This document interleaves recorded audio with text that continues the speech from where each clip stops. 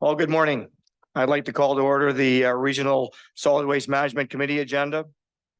First, the TNRD acknowledges that we connect with many First Nation communities across our vast regional district, and today are located on the Tecumlets to Secwepemc territory, situated within the unceded ancestral lands of the Secwepemc Nation. The TNRD appreciates the partnership that we have with the Tecumlets to Secwepemc and respect the territory and land on which we gather today. Additions or deletions from the agenda? No? Yes. Yes. Under new business, I believe Director Grenier wants to have an opportunity to speak, and any other directors at that time will have that opportunity as well. So first up is the minutes of the April 20th, 2023 Regional Solid Waste Management Committee. Can I have a motion for those minutes to be adopted? I got Director Grenier, I've got Director Sarai. Any discussion on said minutes? Call a question. All in favor? It's carried. 4.2 is a Regional Solid Waste Management Plan Monitoring Advisory Committee meetings for information only. So that was the April 3rd minutes. Is that correct? Okay. So that leads us right into delegations and invited presentations. We have first on 5.1, it's the Grassland Organics, Nova Seacon, Tecumlets to Secwepemc, Robert Masiak, Jason Howler and Ian Lyston of Grassland Organics, providing a presentation to introduce the committee to the new Grassland Organics Engineering Waste Management and Compost Facility. Mr. Vieira, do you want to speak to this before they have their presentation? No comments from us. Okay, great. So, gentlemen.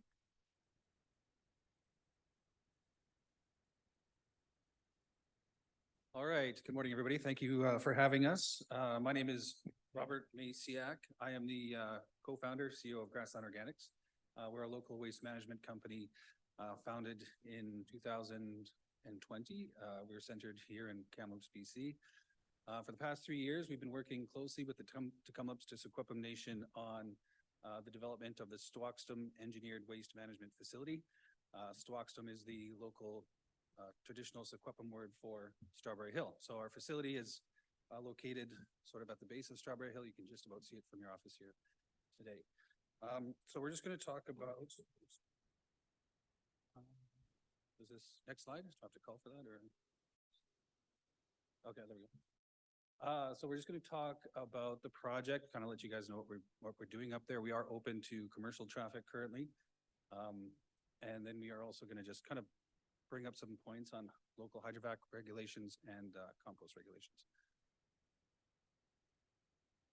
So the facility, the Stwakston Engineered Waste Management Facility, it's a joint venture development between our company and Tecumlets to Secwepemc Nation.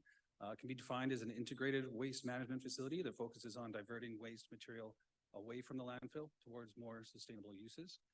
So we accept basically all forms of non-hazardous waste. This includes municipal solid waste, MSW, or just your regular household waste.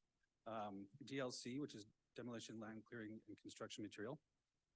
Organic household waste, including food waste and yard waste. And so we are the only facility in the Kamloops area that can accept food waste. And we also accept hydrovac, slurry, and eventually here we'll be taking an assortment of different recyclables.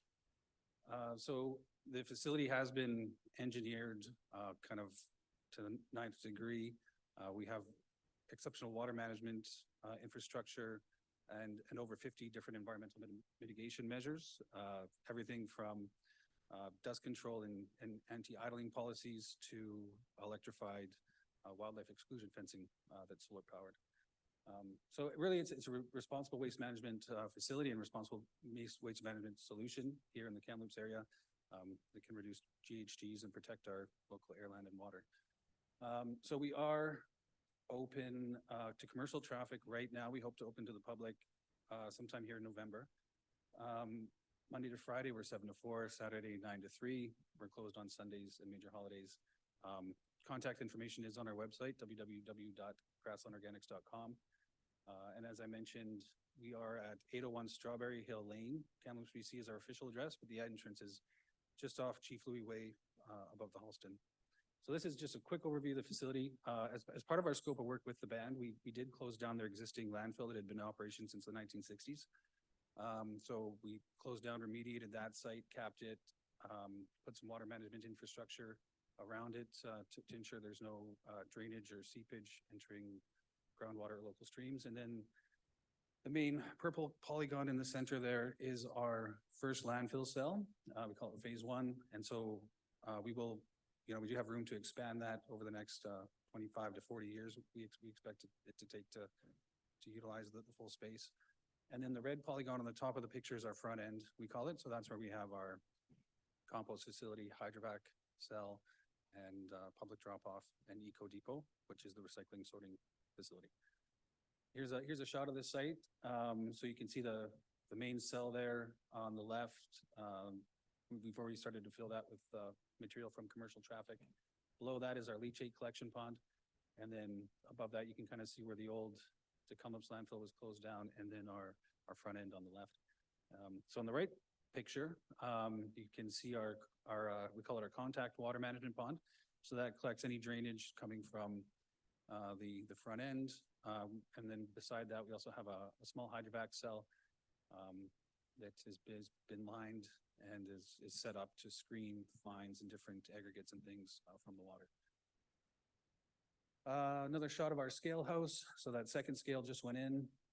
Once that is calibrated and set up, we will start accepting traffic from members of the public. And on the right, that's our compost facility. So you can see it's built on an impervious asphalt base. And all of that material, any leachate or drainage from that is collected, runs through a network of plumbing down to our contact water pond. So that's a facility in a nutshell. One of the things that we take a lot of pride in and really strive to do our best with is ensuring that we meet or exceed all sort of engineering best practices, industry best practices, beneficial management practices, and best available technology and all of that. So when we were designing and setting up our hydrovac facility, we looked to different local bylaws and regulations and things, and we kind of discovered that there really weren't any in British Columbia or the TNRD. There's some language in certain bylaws around solid waste and semi-solid waste and liquid waste, but nothing specific to hydrovac. So the Alberta government has a guidance document that we referred to, and it really lays out the responsibilities of the generators of the hydrovac waste, the carriers, and then the receiving facilities. And so, we took that and implemented that at our site. We have a pretty strict waste approval application process. So any material that comes into our site, it gets signed off on by the generator. They claim that it's been tested. We require those test results to view them and compare them to a set of standards that we use to determine it's non-hazardous. And from there, it gets visually inspected by our staff as well to make sure that there's no sheen in the water, that we can, do a visual assessment to make sure there's no hydrocarbon contamination or other things. So we do that. We went to a fairly significant expense of building this facility and engineering it, and now we have the operating costs associated with equipment and staff and screening and pumping water and things. But what we're seeing around the TNRG region is a lot of ad hoc facilities in quotations. Really, they're just holes people are digging in the ground anywhere they have room. They're using that to dump the hydrovac slurry into. That water then seeps into the groundwater. There's no oversight. There's no documentation or tracking of what's going in there. Once that sump has been filled, they just backfill it, cover it up, and dig another one. So, Robert, sorry to interrupt you. Can you explain a little bit more what the hydrovac material actually would be composed of? Typically, it's a slurry. We refer to it as a slurry, and it's just water and dirt and rocks, essentially. Yeah. So it's commonly used around town to expose utilities, pipelines, electrical work, and things like that. Where it's you don't want to use an excavator due to the chance of damaging something. Yeah. So it's common. You probably see these trucks driving around town. There's quite a number of them, and so it's obviously a lot cheaper and more efficient to utilize these sites that are just dug in a field somewhere than to come and pay to use an engineered facility. So that's where we see a lot of this material going, unfortunately. So we just believe there's an opportunity to improve, how hydrovac material is managed in the region through regulation. So just, I know I've only got about 2 more minutes probably. So on the compost side of things, we just wanted to mention again that we are set up to accept, food waste and yard waste. We basically, we don't take animal carcasses or biosolids. But everything else that's organic material, we can accept at our facility. The city's obviously just rolled out their program, and we just think that, maybe there's an opportunity to extend that to other, generators of organic material, like restaurants, caterers, grocery stores. Make sure that they have bins, that can be used to collect organic material and then disposed of properly and converted into nutrient-rich topsoil. That's it. Cook's Gem, thank you. If you have any questions, we're happy to answer them. Director Grenier, thanks very much for your presentation. Thank you, Chair, and thank you for the presentation. I'm new to the board, so I'm just trying to get my head around who is the regulatory authority for your facility? Who did you apply for the permits to operate this facility? So we have a permit through the band. We also work closely with Indigenous Services Canada federally on the environmental approvals for it. So we did what they call a simple environmental review was required for something of this scale. So that work was all done kind of 2021, 2022. We also do follow a lot of provincial waste management regulations, like OMAR and their landfill. I think it's called the Landfill Act, actually. You know, again, we've even though there aren't, we don't have anything that we are directly sort of accountable to as an operation on reserve lands. We meet or exceed all provincial and federal regulations and local regulations. Supplementary to our operations director, where is the dividing line between our responsibilities and this proposal or this facility? Yeah, so that's a very good question. And Robert touched on it. So being on reserve land, they are not under provincial regulation. So they're under federal regulation. So that means in terms of TNRD's authority for our approved regional solid waste management plan, reserve lands do not fall under that. So this facility that's operating wasn't approved through our solid waste management plan, which would typically be the case for any provincial land. So as you know, there was a presentation from the group in this fall requesting approval or requesting the board consider an amendment to their plan because that proposed facility in Cache Creek was on provincial land and would fall under that regulation. Did that answer the question? So the short answer is we don't have any authority and this facility is not approved under our regional solid waste management plan. And the comment from the presenter was that there doesn't seem to be any hydrovac facilities, that this is the first hydrovac facility. I'm just wondering if they're, given what you've just said, whether there's some sort of coordination that we should consider for facilities that aren't under our jurisdiction, but are within our capture area, I guess. Yeah, so the hydrovac facility question that I agree with Robert. It's something that's kind of been has fallen through the cracks in terms of regulation because it's not considered solid waste. So therefore we don't take it at landfills and most landfills aren't set up to take it. So having specific to the hydrovac, having a facility to take that is beneficial. And by all means, we can direct people there when they call us and say, where do I take it? We'll just give them a listing of whatever facilities do accept it, but most landfills do not accept it. Director Sarai. Thank you, Mr. Chair. Thank you for the presentation, and I think we've discussed and had conversations in the past. And one of the questions that Director Grenier had asked was what I was trying to find out. And I know Tacoma Secwepemc would be very adhere to regulations and proper protocol to protect the lands. And to Jamie, when we talk about moving forward, would we be able to put in regulations where we can yearly check, or does Tecumseh do a yearly check? Like, who would monitor it if there's no provincial or federal regulation that they have to follow? How in a year from now does someone come and do a physical check and an environmental check that it's been adhered to? Because if TNRD and the city of Kamloops, I think our staff have entertained this, but I think one of the things was there's no regulation involved, and that's what's sort of concerning, and I'm trying to get my head around that. How do we be responsible moving forward? Sure, so I'll answer that first and question first, then maybe Robert might want to chime in on it. Yeah, to clarify, we as the local government, local authority, or the province do not have any direct authority. So the permit, from my understanding, and maybe Robert can explain this better, the approval to run a landfill that the band has, that this facility is operating under, is issued by the federal government. So the federal government is the authority. Now, what they have in terms of monitoring and process, I don't know if Robert, you could speak to that. Yeah, so actually this facility isn't permitted by the federal government, it's permitted by the band.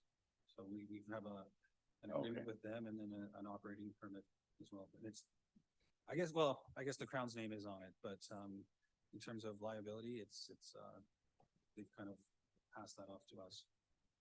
So the previous landfill was under I can't remember the exact name of the permit, but it was a landfill operating permit.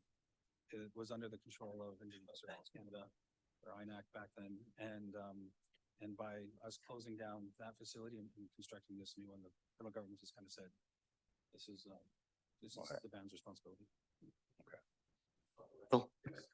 Just a couple more and a comment maybe. So moving forward, and I was the chair of the solid waste civic ops in Kamloops, and one of our concerns, and we brought it forward, is our organic waste is now going, the new implementation is going to Princeton, and our solid waste is going there. And the eventual goal is to have a facility here locally to produce this grade A compost. Instead of saving the landfill by 3 years is a great idea, 3 to 5 years, but they were also putting a bunch of B-train trucks on the highway to Princeton every day.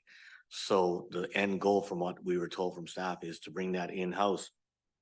In your report, you can take everything but solid waste or biosolids, you said.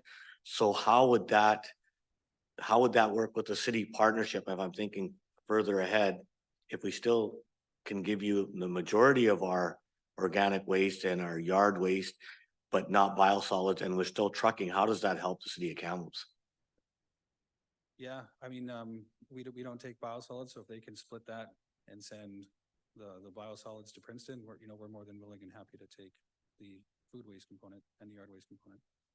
And you do have room there to expand. When I looked at the map, you could take communities throughout TNRD region, or is there a limit to what you can do? Yeah, no, we're set up because of the city contract being awarded Arrow and the material going to Princeton. We have more than enough room to expand on that footprint, but right now we're set up to take, I think, about 4,000 tons a year, which actually will meet the city needs. But if we plan to grow beyond that, we will have to just basically you just expand the amount of asphalt that you have down. Yeah. Thank you. Director Laird. Thank you, Chair. I had a question around HVACs in rural communities like where we live. We have HVACs that go and clean septic fields and deal with all that sort of what is in their HVAC. So are you saying that sort of material would not be going to your site if that was in an HVAC? Yeah, we wouldn't take anything that was pumped out of a septic field.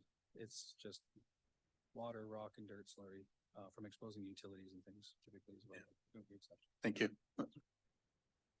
Thank you. I got a couple of quick ones. Will this presentation be available to the committee and the board? Is there a possibility that you could pass that on to the TNRD? Yeah, no problem.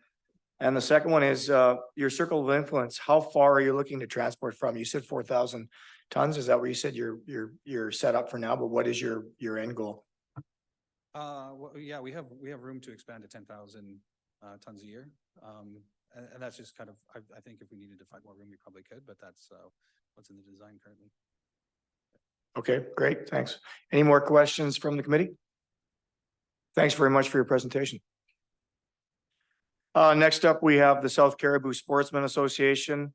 Wayne, we're Warnick, President of the South Caribou Sportsmen Association, providing a presentation on their organization and the impacts of the proposed TIMSU, Good Earth Recycling on the SCSA.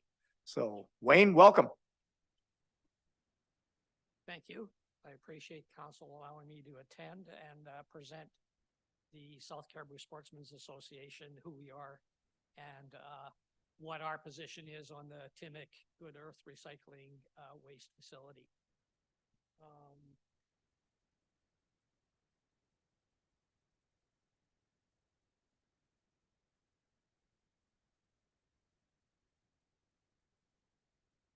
Eventually, I'll get there.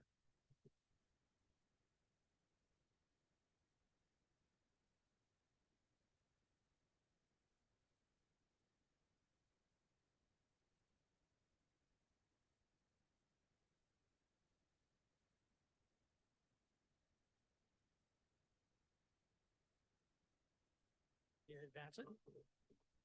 Black button.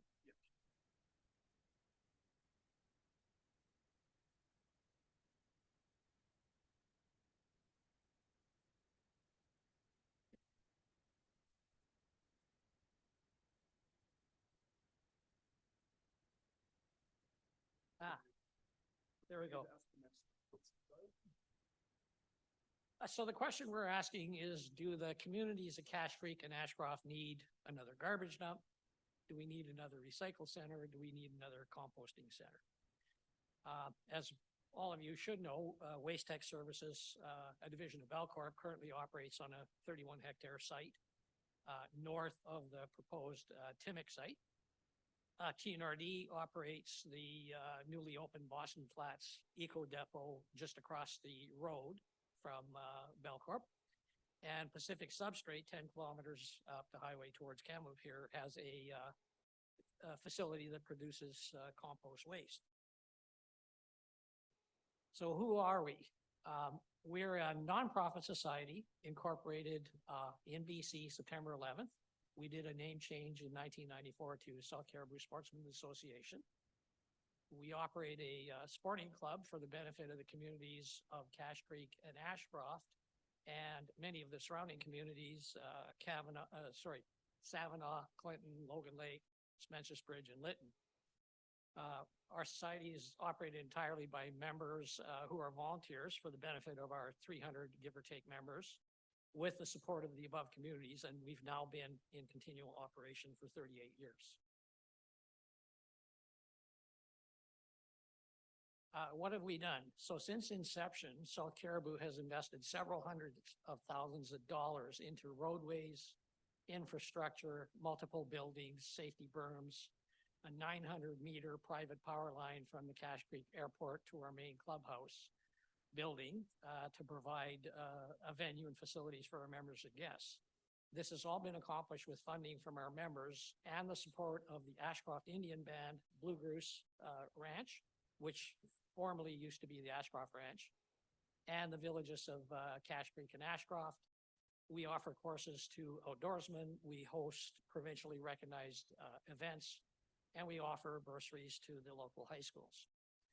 After the 2017 Elephant Hill fire, which destroyed almost all of our facilities, we've rebuilt, investing over $80,000, including planting 600 trees to establish our license area. So South Caribou's got 2 licenses of occupation granted by, in short form, BC Forestry. There's the file numbers. And off to the right, the darker blue area inside that red boundary, that's our existing site. So it's approximately 500 meters by 500 meters. The crosshatch area in red, or the diagonal area in red, is the mining claim of Ian Brown 357999 BC Ltd, which does not precede our license of occupation. It came after. And the dark red area is an area where the previous president in 2017 applied for a boundary extension. And that couldn't be backdated because COVID kind of mucked things up for a couple of years. So I reapplied in 2022. So we were looking to set that area up entirely under the club. So the ministry is currently reviewing. What they've done is they've renewed one of our files, which was due up this year in August, and put a 2-year extension on it because of COVID. The hydro line, which is the blue line running from the airport, our license of occupation is good till 2042. So what we were looking at and in discussions with the ministry was to get approval for the dark red outline, have that surveyed, and then changed into a 10, 20, 30-year lease. So on April 20th, you're all familiar, the Timmick Group was Bonaparte First Nations, Frank Antoine Chief, Sean Bennett, CEO, business partner, Ian Brown of et cetera, BC Ltd, which is a mining company, and GHD Solid Waste Consultants. So Ian Brown represented to the directors of South Caribou that his company was issued a permit in 2022 by the Ministry of Energy to drill a total of 25 drill sites, 10 trenches for a minor disturbance of 0.3 hectares, and the work was to be done under mining tenure number 217605. And it was issued for the purposes of core sampling. So to date, only 6 holes have been drilled by GHD. And as per Section 28 and Section 4 of the Mining Tenure Act, a person who registers a claim acquires the available rights to minerals or placer minerals in the claim area that have not already been granted to somebody else previously. However, a mineral claim only allows for mining of minerals, but doesn't allow the claim to be repurposed or converted to either a garbage dump, recycle center, composting facility. In fact, the miner can't even remove sand and gravel off the site. So the presentation to TNRD to allow operation of the composting and landfill, we believe also presented to other ministries of the government prior to the April 20th presentation, we feel doesn't present an accurate representation of the above party's intent. The proposed facility is off reserve, and the Bonaparte Indian Band wants to acquire all the described lands regardless of special interest groups, which is ourselves and Blue Goose Ranch. So I want to reference a few points to secure our case for not allowing this project to proceed. These are from notations from the April 20th and some of our responses. So Timmick represented to TNRD, they would negotiate with special interest groups like South Caribou to come to a solution. So as soon as that meeting was over, the Bonaparte CAO made a phone call to myself, and subsequent meetings with myself and our VIP frankly told us, you can choose to do this the easy way or the hard way, but it doesn't matter. In any case, we're going to take over your land without compensation. And you should immediately start looking for a new location. Point number 2 was Bonaparte and 999 presented the desire to deal with all affected parties to their proposal. So Bonaparte and the mining company have attempted to terminate our license of occupation, whereas Ashcroft Band, Blue Goose Ranch, and the Village of Cache Creek have supported our current license and our application for extension to our existing area to create a buffer zone. Point 3, Bonaparte, in a meeting with directors of South Caribou, asked for proposals to aid in furthering the Timmick project. So we put forward 2 or 3 suggestions that we thought might be reasonable, or at least a starting point to maybe negotiate something that was workable for both their proposal and our society. We feel Bonaparte had no intention of considering anything we were going to offer, because within days of our meeting, they were down at BC Forestry asking for forestry to revoke our licenses of occupation and hand them over to Bonaparte. At that point, Forestry had informed us that they were giving us a 2-year extension due to COVID so that they could undertake studying the 10 or 20-year lease. In 2022, the mining company and GSD asked our permission to drill test holes to obtain mineral core samples for viability. So, anybody having a mineral claim, or having a mineral claim on their land has to allow that mining company to drill for core samples. But, both these companies misrepresented, and I have that in writing, that, they were drilling for mineral samples, but really they needed to drill test holes to test the water, purity for the composting and waste facility. Had they told us what they really wanted to do, we wouldn't have allowed them to drill on our property. Ian Brown of 999 didn't make TNRD aware that he has the mining claim, which is preceded by the South Caribou Sportsmen's Association License of Occupation, and that the mineral claim limits what is allowed by the Ministry of Mining. Bonaparte doesn't hold any claim on the proposed site because it's off reserve. And therefore, there's no claims that should be made by Bonaparte in lieu of our license of occupation. Ian Brown also inferred that their proposal would operate on lands TNRD has used as a recycling facility, and it's an, quote unquote, and it's an area already used for landfill. Well, other than Belcorp and the previous TNRD recycle center, none of the proposed area has ever been used for a landfill. And over 66% of it is currently our license of occupation and will increase upon BC forestry approval of our extension submission.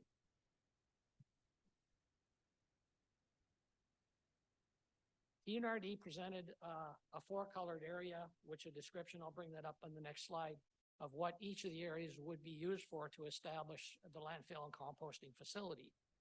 But the map shows that 66% of that four-color area is actually our current licensed area. Ian Brown asked TNRD to approve a needed landfill component, we feel in his opinion only. The existing Campbell Hill landfill in current operation is 4 times larger than the Timmick proposed project. So is the second one really required? And if it is much needed, why does Timmick not propose it on their own band area, which is 1,878 hectares, or any other area that they can acquire? Timmick wants to approve 39 hectares to compost less than 20,000 tons and landfill of less than 200,000 tons respectively on their site. This is only a quarter of the tonnage that's currently processed by Belcorp. They do approximately 750,000 tons a year. But Timmick is asking for 25% greater land than Belcorp currently operates under. So the proposed site of the operation could be operated on the previous, we feel, TNRD Recycle Center and not encroach on South Caribou Sports Association and Blue Goose Ranch. I want to speak briefly. Blue Goose Ranch has the grazing rights, but they also have, I don't know, I'm going to say quite a few water lines running underground from water springs uphill to feed the cattle throughout their grazing area, and that's also part of that.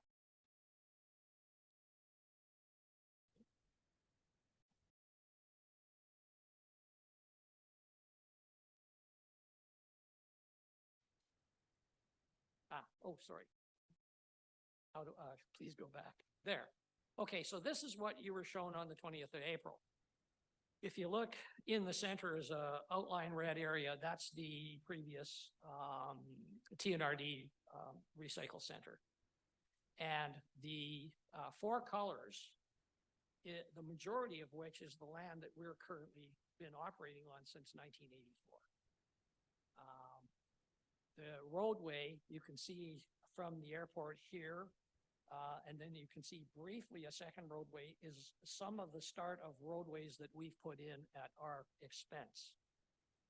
So I guess what we're saying is, based on the capacity that they're presenting, they could probably operate within that small red area.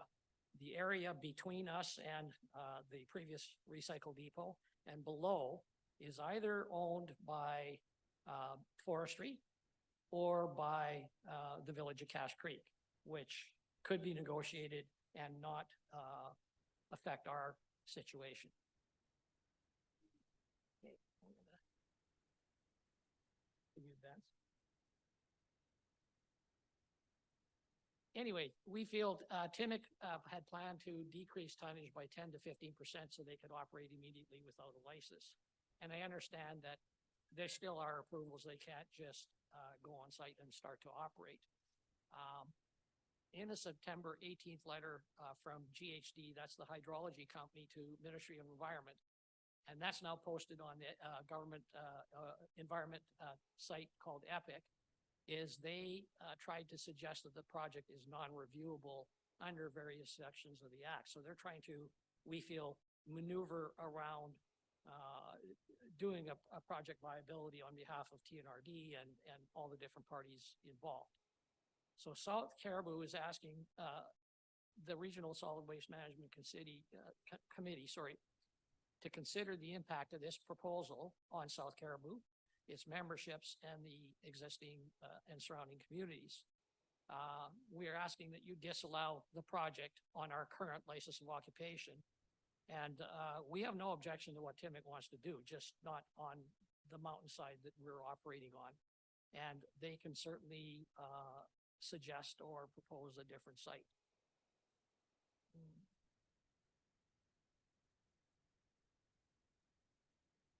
So in summing up, we understand Timic is going to create revenue for TNRD, the villages Cache Creek, Ashcroft, numerous other groups. We also understand that Bonaparte Indian Band and Ian Brown of 99BC will become the main financial beneficiaries should this proposal be approved.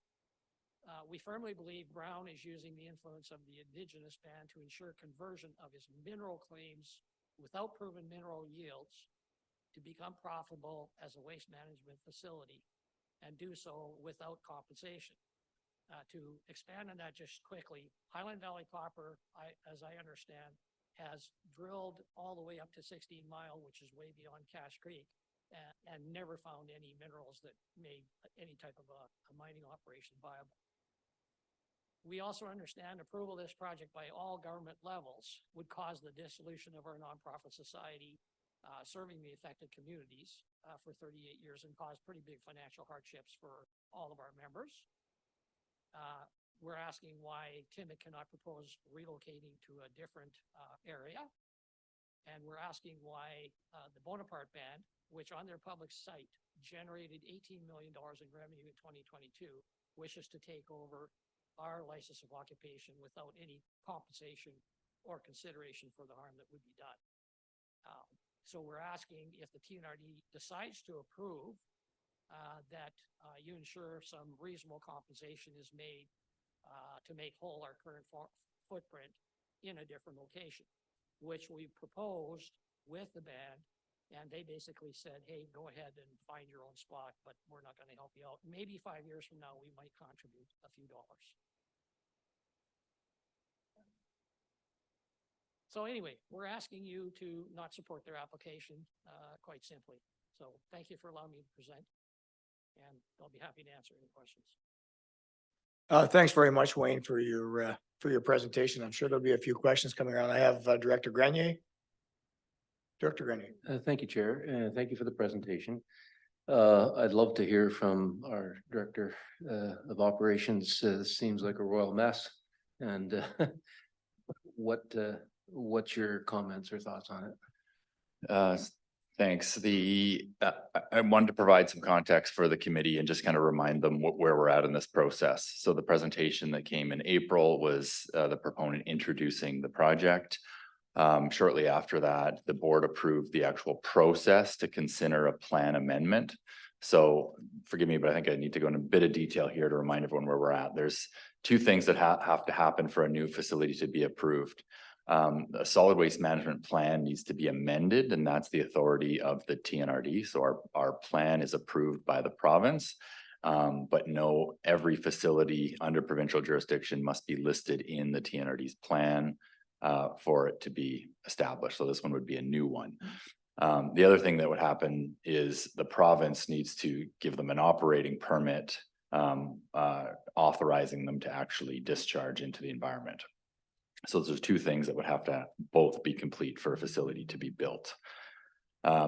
So back to the TNRD side, the plan amendment process is, we've laid out the whole process that we would require a proponent to follow, and the board involvement in that.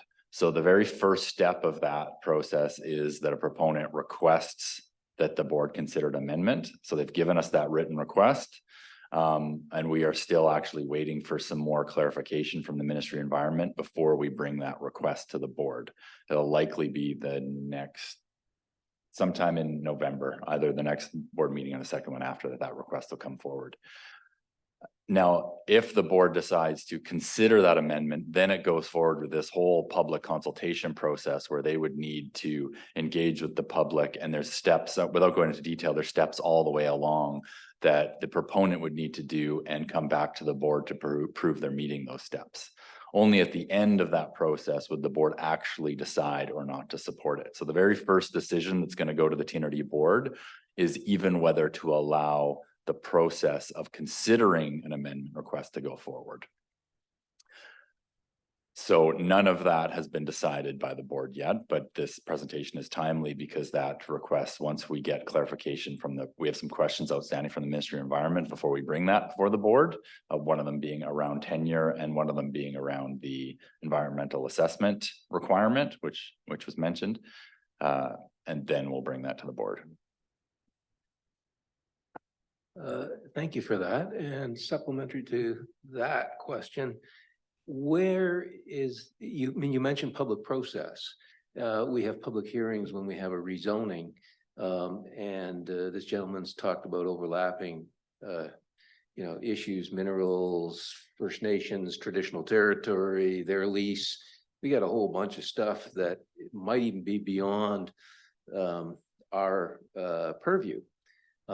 So I'm thinking the sooner we get in front of a public process and get all of the groups that have an interest in this to say their piece, it would create a forum for more information for authorities like the Gold Commissioner or the whoever to weigh in on it. It just seems to me that we want to facilitate consultation rather than get embroiled in a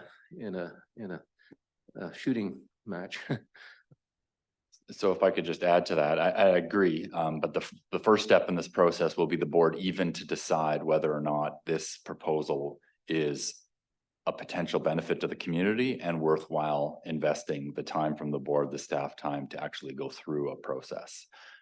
This is unique because it falls under the solid waste management plan. The regional district has ultimately the authority to decide whether or not to recommend to the province that essentially if the board says they want to add this to the plan, then the ministry will allow them to add it to the solid waste management plan. A little bit to, Yes, please do. so, I've had communication from the Ministry of Environment, and, what they're saying is it should be subject to gathering further information from Bonaparte and GHD, a reviewable project. My understanding, why GHD is pushing for it not to become reviewable is as soon as that happens, it's a cost of somewhere in excess of $250,000 to the TIMIC group, and it's a 3-year undertaking from the province's side. That's currently being considered, along with the Ministry of Mining now looking at Brown proposing, his mineral rights to do a garbage dump. Thanks for that. Yeah, it was sure would have been, Mr. Vieira mentioned about timing. This was 6 months ago when this presentation was brought to the board's attention. I don't know why I can guess why some of this information wasn't made available at that time. And I would have thought that some of the things that you've stated in your presentation should have been made aware to the board already. You shouldn't even have had to do that. I mean, if it's true with some of the things that you've presented here, that's both sides of the story, right? I mean, and I'm kind of baffled that we would even be this far into the process with having you come to this board or this committee and describe exactly what's going on. Just baffles me in this day and age that we would even be having this conversation, regardless of the process of getting to this and getting to that and all the rest of the baloney. Quite frankly, I can't believe they even try to do something like this. Director Sarai. Thank you, Mr. Chair. And yeah, there's some red flags there and it's unfortunate. My question to you, to the speaker, is if moving forward, they do come with a compensation package or a land swap, then would your concerns of everything else of the potential allegations of what Mr. Brown is doing or not doing, would that satisfy you? If that was, would that make everything right? And then we just have to decide whether we approve that application? That's a yes and no answer. In short form, if someone shows up with a bag of money, for lack of a better term, we could say yes, but the considerations, and it's a long-term planning solution, is we're governed by currently BC forestry and agreements. We have RCMP involved that approve our licensing every 5 years, and that process has now been delayed because of COVID. And so relocating to another area would be great. We're probably talking a couple $1 million, and I'm only guessing because we do not want to be on Indigenous leased land, because we're then subject to any rules, regulations, and changes they want to bring about. So the ideal scenario is to find some private land. We've already looked at some things, and that's really difficult in our area to even find private property. I know I discussed with Jamie, and it's probably now sold, is the ranch lands that's part of the new recycling. And I don't even know how big that is and if that would fit our situation. So hence the best I can do is sort of a yes and no answer. We proposed a number of different things to Bonaparte. One of the proposals is, listen, we'll work with you. We'll be more than happy to give up our property, support your situation. If you get approved, why don't you give us a small portion of the profits off of your facility so that we can use that towards building a new facility? And if what you say is in 5 or 10 years, that's what's going to take you to climb up the mountain, then we'd have enough money in the kitty to go ahead and build a nice facility. The end result of that proposal was that 2 days later, they were at BC Forestry trying to get our license of occupation revoked. So I don't have a lot of faith in the Timmick group per se, that they negotiate in good faith. Supplemental? To Director of Operations, Mary, is it something we, as a process moves forward, there's gonna be steps, I get that. If we get to a place where staff can suggest that before I bring it to the board, this is the request that we want to see happen, that you need to negotiate or talk to this group and see if there's a agreement in place before I take it to the board. Because if it's going to come here and we're going to have this split, it's going to be a difficult. I think they want this project to go forward.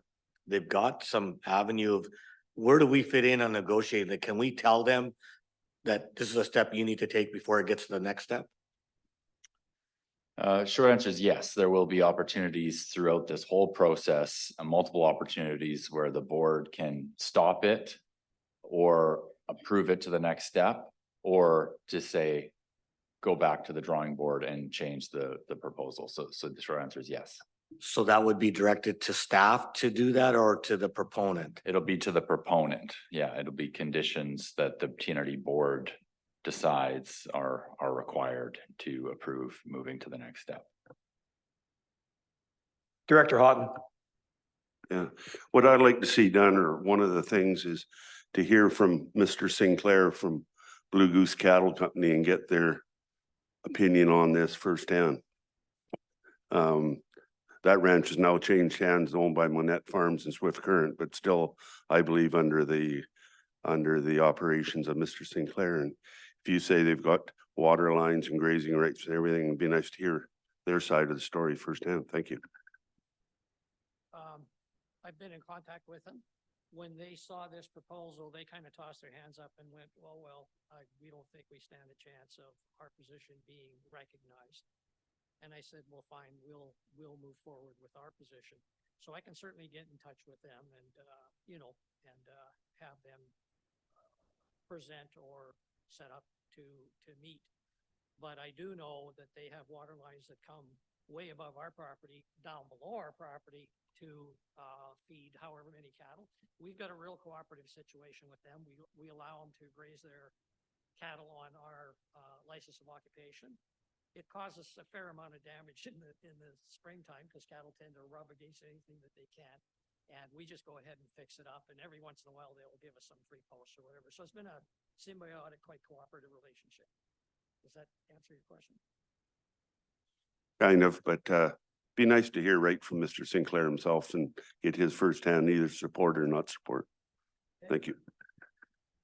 Director Grenier and then Director Laird. Director Grenier.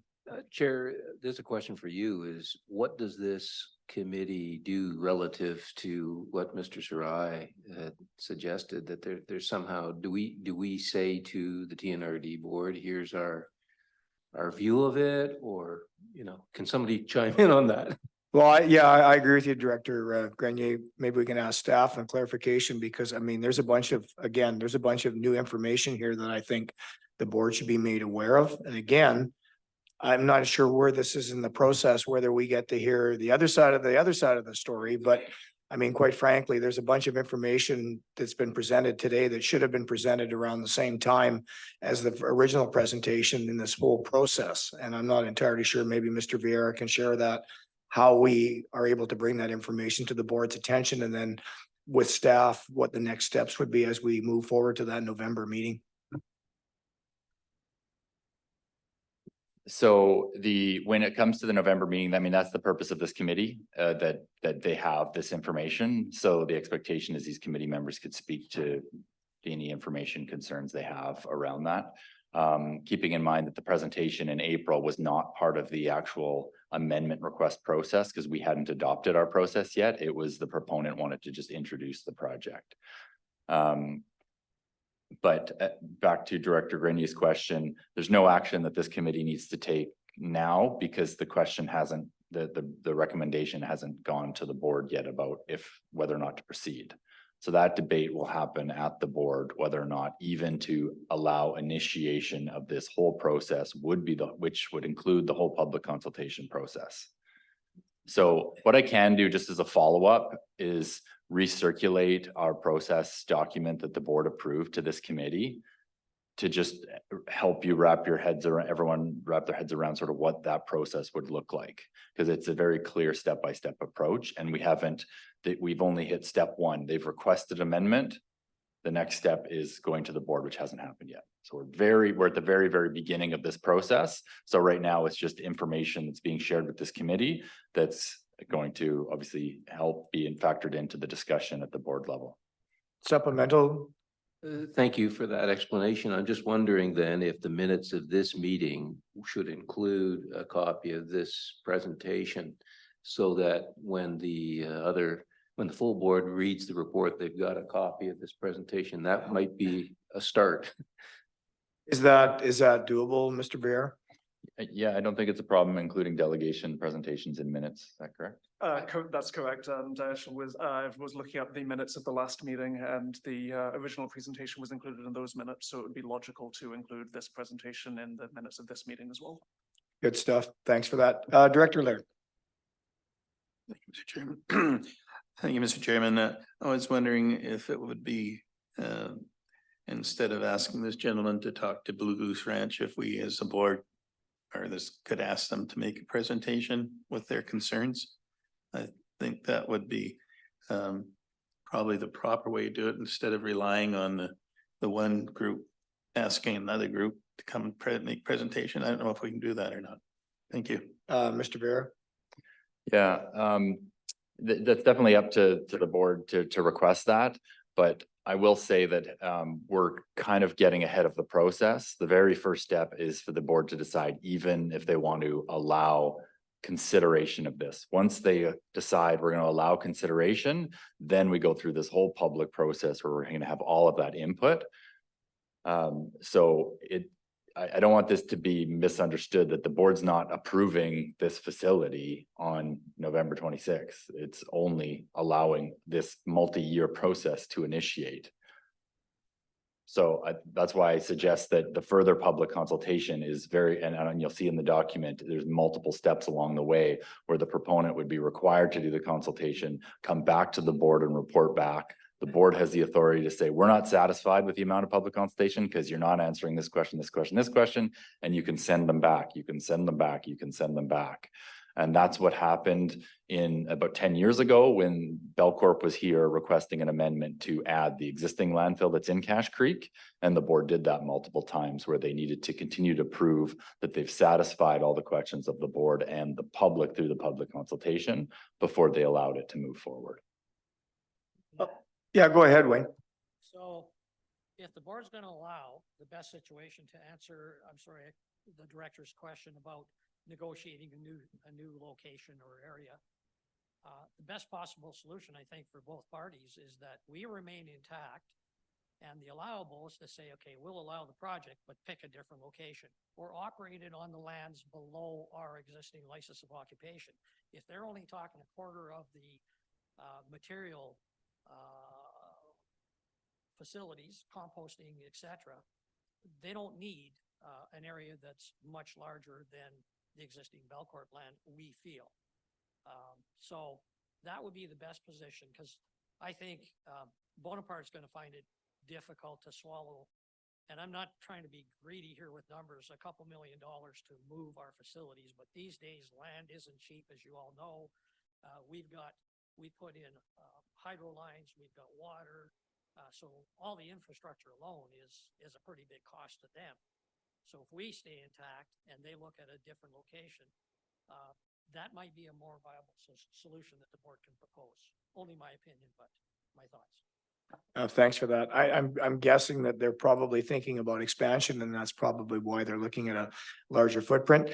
Wayne, can you explain to me, where does it look on the map when it comes to traditional areas between the Bonaparte and the Adams Lake Indian or the Ashcroft Indian Band? Is the Ashcroft Indian Band, are they actually more on the map than Bonaparte? Or, you know, if we talk about traditional lands, is that show up on a map?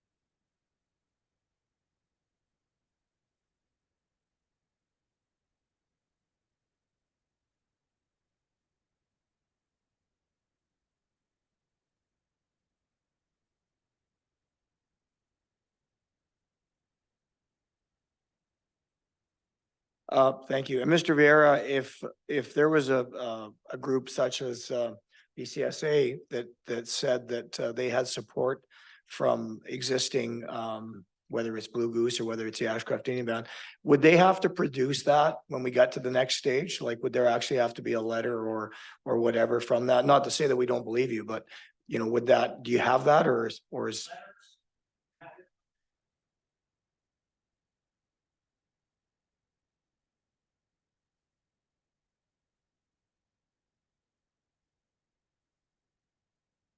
Thank you for that.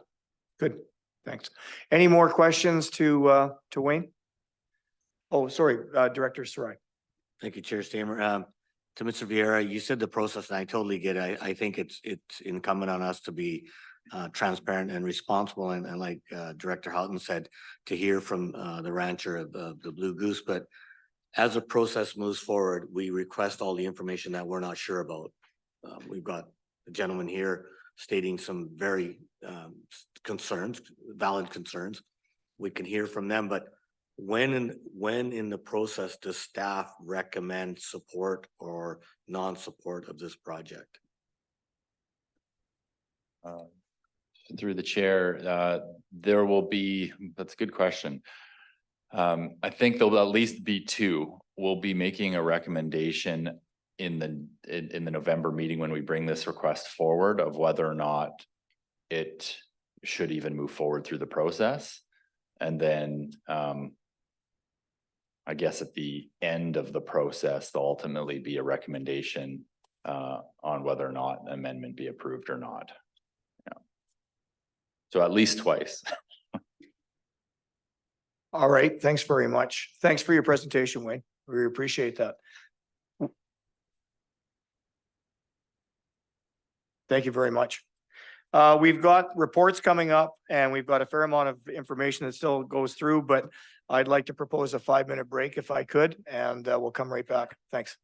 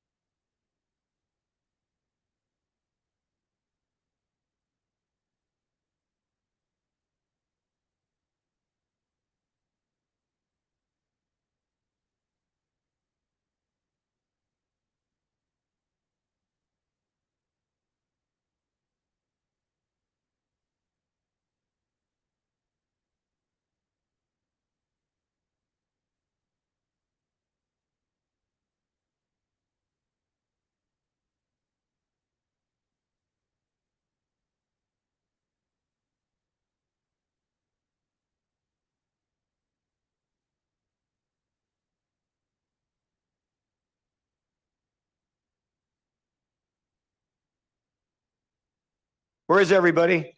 Our 5 minutes is over 5 minutes ago. Is Director Houghton around somewhere? And Director Graham?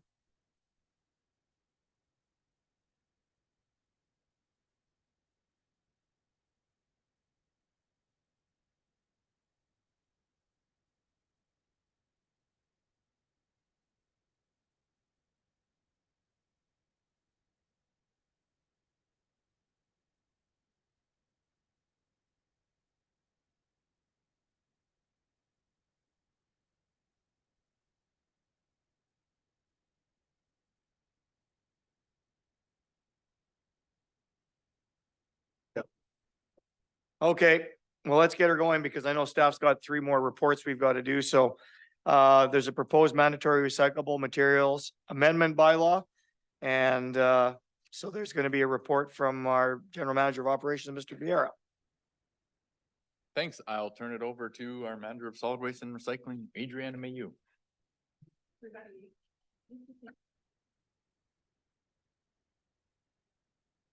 Thank you for the reminder. Can you hear me okay? Test, test. That's better. Okay, there we go. All right, so I'll be presenting the information contained within the mandatory recyclables bylaw amendment this morning. So what this is, our mandatory recyclables material bylaw number 2743 is a ban on certain materials from being landfilled. This strategy is a high priority waste reduction strategy that's identified in our current regional solid waste management plan, which says that we should implement disposal bans on recyclable materials, and outlines in phase 1 that should include cardboard, paper, metal, and products and packaging regulated under the BC recycling regulation. Some of the regulatory framework that comes into play with this is the Environmental Management Act, which mandates us to have a regional solid waste management plan and also gives the TNRD authority to make bylaws regarding the management of solid waste or recyclable material. There's the recycling regulation, which is under the authority of the Environmental Management Act, and it sets out requirements for BC's extended producer responsibility requirements. And this is where all of the different products that are a part of that regulation are identified. And then, of course, our solid waste management plan, which once it's approved by the province, becomes a regulatory document that we need to follow. So more background here. Disposal bans are an effective waste reduction tool that are used in several parts of BC and at different regional districts, currently in place at Central Okanagan Regional District, Metro Vancouver, and Fraser Fort George. The goal here is to assist the TNRD in bringing its per capita waste generation rate down closer to BC's average. In 2020, we were at 671 per person, kilograms per person. The BC average is 499, and the target in the regional solid waste management plan is 500. This is what the statistics look like on a map showing comparative analysis between different regional districts. So TNRD is kind of low there at the bottom. So we're looking at getting that number down so we can move up in that list. So in 2021, the initial bylaw was approved by the Board of Directors. In 2022, we completed a 3-phase implementation of the bylaw. And at that time, it only included old corrugated cardboard. So that's the only material that is currently a part of the bylaw. This material is easy to recycle, and it's commonly found in loads of refuse. And the focus for the bylaw was on industrial, commercial, and institutional sources, because this is about 40% of our waste stream coming from these locations. And we observed that loads of refuse were known to contain significant amounts of cardboard. So where does this bylaw apply? At all 27 TNRD facilities, City of Kamloops facilities, as well as private landfills. It's enforced by a TNRD bylaw officer who's assigned specifically to this initiative.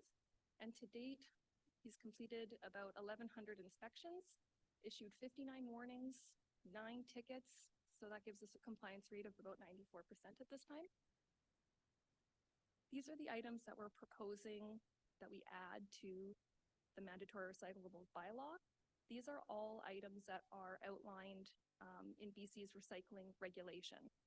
So this includes antifreeze and antifreeze containers, batteries, including lead acid batteries, flammable liquids and solvents, fluorescent lights, gasoline and diesel, pharmaceutical products and medications, refundable beverage containers, residential packaging and printed paper, residential pesticide products, oil filters and oil containers, paint and paint containers, electronics and electrical products, including metal household or commercial appliances. So stove, washer, dryer, fridges, freezers, air conditioners fall into that category. Thermostats, tires. And we're also proposing at this time that we include propane tanks and mattresses and box springs because there's intent for the province to update the recycling regulation in 2024 to include these items. Can we leave, sorry to interrupt you, can we leave that up for a sec? So what right now currently are we not able to accept at our eco depots? Because I know there's some up there that we can't accept right now, like we're not accepting gasoline and diesel. So where on that list are we gonna have to grow either our recovering procedures or something else on that list? Because most of those ones right now are recyclable, but which ones on there we can't take right now? Most of them we do take, and we do take gasoline as long as it's in an approved container. There's vouchers for that as well because you have to leave your container to leave the gas. We don't take diesel at this time, so that would be an example of something that would be excluded. Otherwise, we do take. Like fluorescent lights, we're not recycling those. That's going right into demolition, isn't it? No, we do recycle fluorescent lights. We have the light recycle program at all of our eco depots. How about pharmaceuticals? Pharmaceuticals, no, but most pharmacies are signed up as a return depot, so you can return medication to your local pharmacy. Okay, so what you're saying is that everything on that list should either be, we're able to do it at our eco depots, or there is a way of bringing it back? That's correct. I think at this time, with the exception of the thermostat program, but we're looking into that and signing up for that one. Director Houghton, you had a quick question? Yeah, I see some of the things on there. Are you proposing to do these changes to transfer stations also, or just eco depots? It would apply at all solid waste facilities. Okay. Okay, any other quick questions? Okay, thanks very much for that. Welcome. So I just wanted to touch on the recycling regulation. So I mentioned it a few slides ago, but this is where all the requirements are set out for the extended producer responsibility programs. So the list that I just presented, all of those materials come from the BC recycling regulation. Extended producer responsibility is an environmental policy approach where the producers and manufacturers of those materials are responsible for the life cycle of that product. So what that typically looks like is you'll have producers that form a nonprofit organization called a stewardship agency, and they take responsibility for managing those materials when they're past their useful consumer life and they need to be recycled. So these organizations also have to do reporting, and there's consultation that's included. And typically they work with local governments and businesses to provide take-back programs for their products. So when we accept those materials from the slide previously, the TNRD is accepting it as a registered depot facility for that product steward. So the TNRD taxpayer is not paying for the collection and transport of those materials. It's being funded from the product stewardship agency through the manufacturers contributing, and in some cases, consumers paying that fee upfront when you buy those products. Sometimes you'll notice that on the receipt. And so that's where we came up with the list of materials we're proposing is from the recycling regulation. This is what's outlined in the Regional Solid Waste Management Plan. So section 3.1 is increase recycling in the ICI sector, to implement disposal bans on recyclable materials, which includes to regulate, updating bylaws to include disposal bans on recyclable materials in the garbage stream, collaborate, meet with stakeholders to define timeline, enforcement protocols, tolerance levels, and support requirements, educate, have a communications plan to inform potentially affected stakeholders, and then enforce, establish enforcement mechanisms, train staff, and establish a mechanism for infraction tracking and follow-up. This is a quick snapshot from our 2021 waste composition study. So this is the big pie that's looking at all of the different waste that was flowing into TNRD small, medium, large transfer stations. And we can see here that quite a lot of this material is actually a recyclable product. So we found paper, 11.5%, plastic, 13%, metal, 3.3%, glass, 1.5%, electronics, 1.1%, household hazardous waste, 2.6%. It's adding up to about 30% of that garbage stream actually being material that could be diverted and recycled. It is. So again, this is enforceable within all regional district solid waste management facilities, including City of Kamloops and private landfills. It will not be enforced at the curbside or alleyway. So we're not looking in curbside bins. We're not breaking open garbage bags to find these materials. It applies to all loads of refuse that contain product stewardship materials when they're hauled into the site.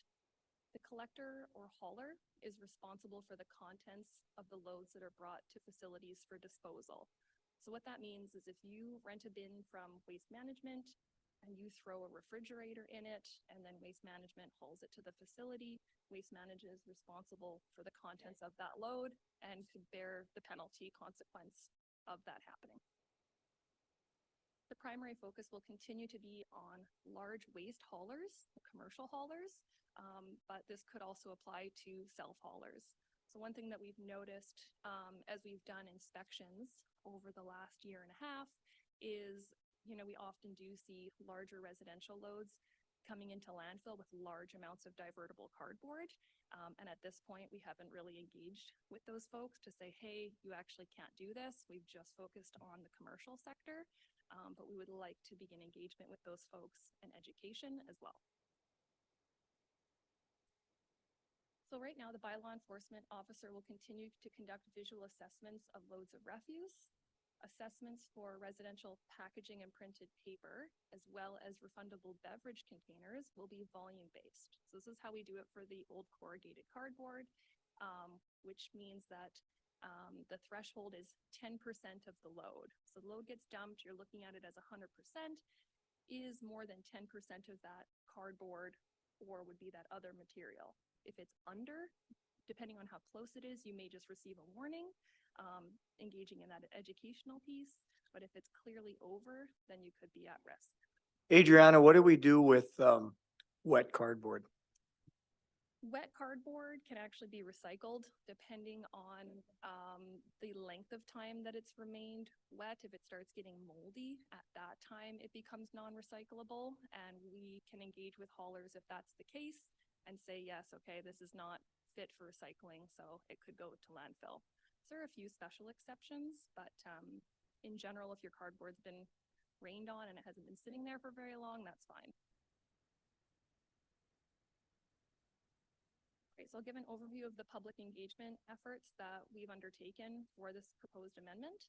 On September 20th, we issued a press release. This was put on the TNRD website and our social media accounts. We found this was really well picked up by several local media outlets. We conducted 4 webinars, 2 on September 27th and another 2 on October 4th. We have participation from 8 stakeholders through those. We conducted a survey online and hard copies and received 319 responses, which is actually fairly good response from some of the surveys we've done in the past. I was pleased to see that result, and also made direct contact. So we sent email invitations to haulers, as well as email invitations to TNRD member municipalities and First Nations with the press release information and an invitation to participate in the webinar process, as well as the link to the survey. Summary of the stakeholder feedback. So our 8 participants were made up of municipalities, elected official, and private haulers.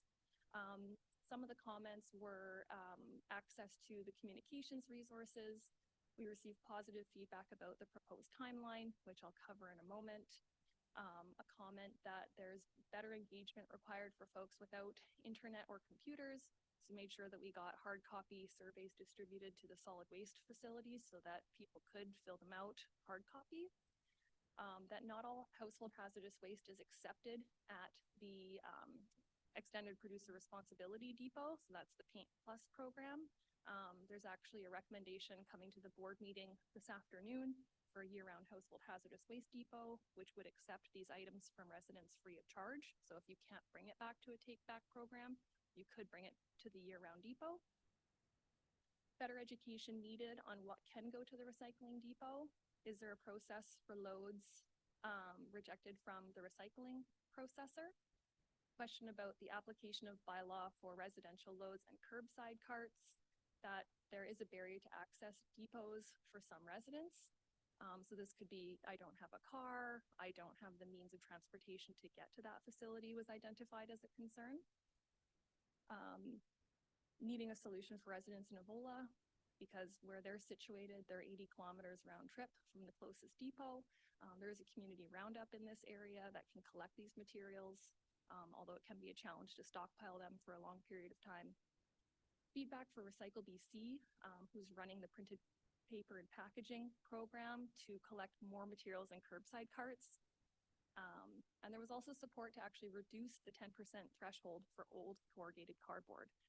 So a suggestion, not a suggestion, but a question on whether at this point we intended to decrease that. And right now we don't, but they were saying that having a whole truckload of garbage, you could have one commercial customer that puts straight up cardboard in their garbage, but it doesn't actually get you past that 10% threshold. And then municipal bylaws that could mandate ICI sources to have a collection service. All right, these are the results of the public survey that was conducted. So the majority of folks that were responding as a resident. A small number of government representatives and businesses participated. Overall, we found that there was support that reducing what goes to the landfill is the right thing to do, that recycling helps the environment, that a disposal ban that ensures recyclable materials are recycled is long overdue. And then I would say not as strong support that recycling reduces greenhouse gas emissions. That was a little bit more spread out with quite a few saying, I'm not sure if it does or not. We asked if they were aware that there currently is a bylaw in place, and around 65% of the residents were not aware. In general, we asked, what is your level of support for a disposal ban? And found that we did have pretty good support there, around, I would say 68%. We asked what types of recycling service folks were using. So are you just using curbside? Do you go to a local waste management facility? Do you go to a bottle depot, or do none? The majority are going to a local waste management facility, followed by bottle depots, and then the rest just using curbside recycling services. A small amount said none. Curbside recycling programs accept paper and mixed packaging containers. If you are recycling through curbside collection, what are you doing with the material that is not accepted in your curbside container? We found that just under 60% are bringing it to a local solid waste facility, 55% bringing to an independent bottle depot, but actually 30% said that they're disposing of it with the refuse. So that was kind of surprising to me, but when you've got the convenience of the two cans there, so that would be soft plastics and flexible plastics and glass likely going into that curbside bin. So I found that surprising. How much of the waste generated in your home or business do you recycle? And the strongest answer was most. If you recycle, how often are you using your local solid waste management service, your municipal curbside service, or your local bottle depot? The majority saying every week, some most weeks, and then a few less doing some weeks, and then a small contingent saying I never do. Are you familiar with, or have you ever used any of BC's product stewardship programs?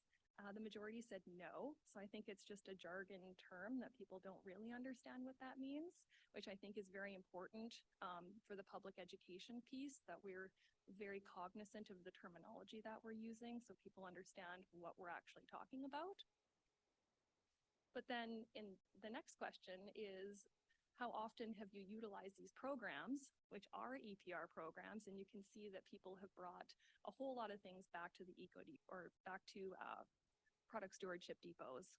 So the biggest one, 90% is beverage containers, followed by electronics, followed pretty closely by consumer batteries, packaging and printed paper, household paint. So there is good utilization of these programs. I think it's just the terminology. They might not know exactly what program is being utilized when they're dropping it off. Yeah, and then also too, I think a lot of people don't care. I think a lot of people are thinking more along the lines that I'm trying to be socially responsible and I'm recycling. They're taking more, they're assuming more of the responsibility because they're actually doing it. They don't really care what's going on behind the scenes. So I think that's just an explanation, yeah. Yeah, absolutely. All right, so this is a highlight of the implementation plan that we are suggesting. So phase 1, November to December, which would be communication and education. Phase 2, January to February 2024, continue with communication and education. And then phase 3 would begin in March of 2024. And this is where we would begin actual enforcement. So for the first phase, there is no penalty. We're just out there talking, engaging, getting folks the resources that they need. In phase 2, we would undergo mock ticketing, which is where an inspection would be completed on the load and you would get a mock ticket. That's not an actual financial penalty, just like a learning resource to say, as of March, you would have incurred this fee for this load. And then what we're proposing for cardboard right now, it's the 10% threshold and the penalty is 50% of the applicable tipping fee. So if your load costs $100, your penalty would be $50. So we're proposing that that's the penalty that would apply to, we would keep that for cardboard, apply it to packaging and printed paper and refundable beverage containers. And just to be clear, in most cases, these are commercial type loads. These are not pickup loads that people are taking to our eco depots because in most cases, the operators that are scanning their weights, they're asking what's in the back of the vehicle. If somebody inadvertently has a bunch of extra cardboard or things like that, a lot of times they'll just pull a U-turn, go and recycle and then come back. So we're basically talking about the commercial end of things, Yes, right? the focus will continue to be on commercial customers, but we would like to engage with those residential haulers and continue that awareness piece with them. And I would say if we had a repeat situation where somebody's always coming in with loads of recyclable products, we would like the ability to eventually give out a penalty for that. And again, just to, I see Mr. Vieira is going to mention, but again, in most of our facilities, we have cameras. So, you know, if somebody starts, you know, going back and saying, well, it wasn't me or it wasn't my load. I mean, we have anecdotal evidence to say, yes, it is you. You've been warned a half a dozen times, you know, enough of the fooling around stuff, either clean it up or we're going to start finding you. So it's really, we have the mechanisms in place to make sure that this happens, correct? We do, and if we issue warnings, there's photographs that are taken and that's all part of the package that's received by the person or the company. Good stuff. I got Mr. Vieira and then Director Hutton. Mr. Vieira? Yeah, just to add to Chair Stamer's comments, yes, our staff generally do a really good job educating and strongly encouraging people to recycle when they see things in their load. But at this time, cardboard is the only thing that's actually in the bylaw.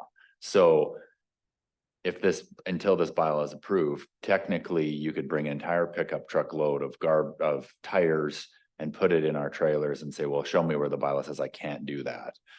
So that's why we're moving to this step. Like I said, currently it's not a major problem, especially with residential haulers, but it's giving that teeth where we can enforce it as needed. And as a follow-up, when would that occur? When would we be able to amend those bylaws through the board and make it happen? So it's going to this committee now for support, and then if this committee supports it, or if there's any input from this committee, we will then create the bylaw amendment and bring it to the board in November, probably the November 26th meeting. Yeah, the amendment bylaw is complete and ready to. Yeah. So it's being considered by this committee first, and the recommendation from this committee is to support it. Excellent. Director Hutton. Two things. Adriana, you do a very good job of advertising on Radio NL. I hear your ads frequently and it kind of hits you in the head about recycling and these new things. I want to compliment you there. And these new regulations, would this put, you know, our eco depots are one thing, but our transfer stations aren't quite as fancy like Knutsford's.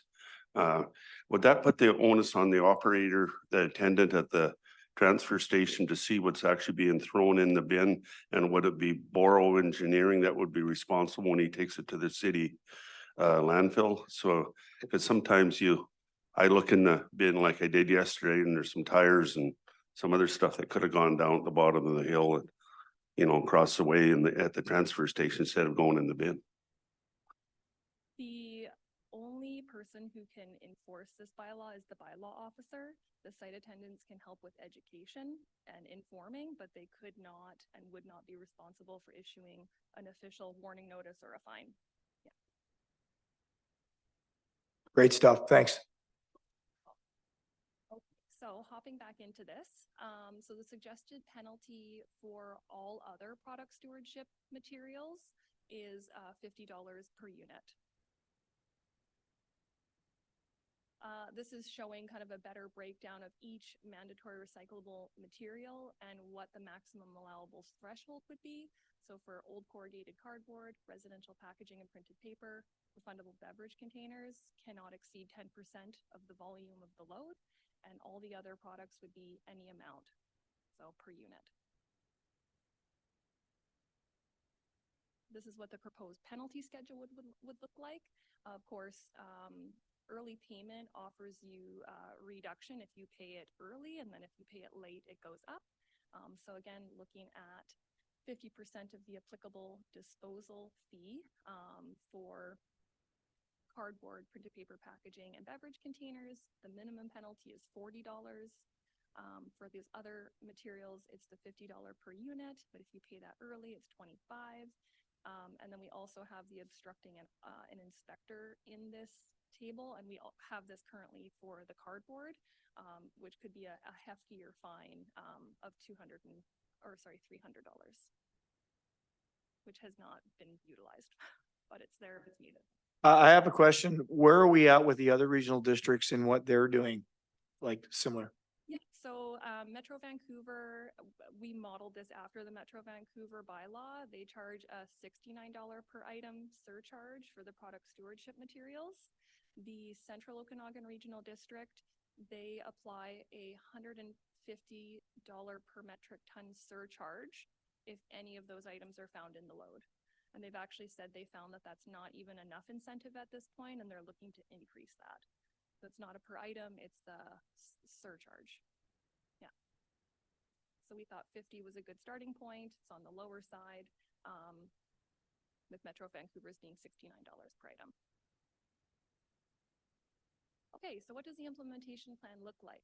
Phase 1 would be outreach efforts commencing, distributing educational resources, and not doing any official enforcement or giving out fines.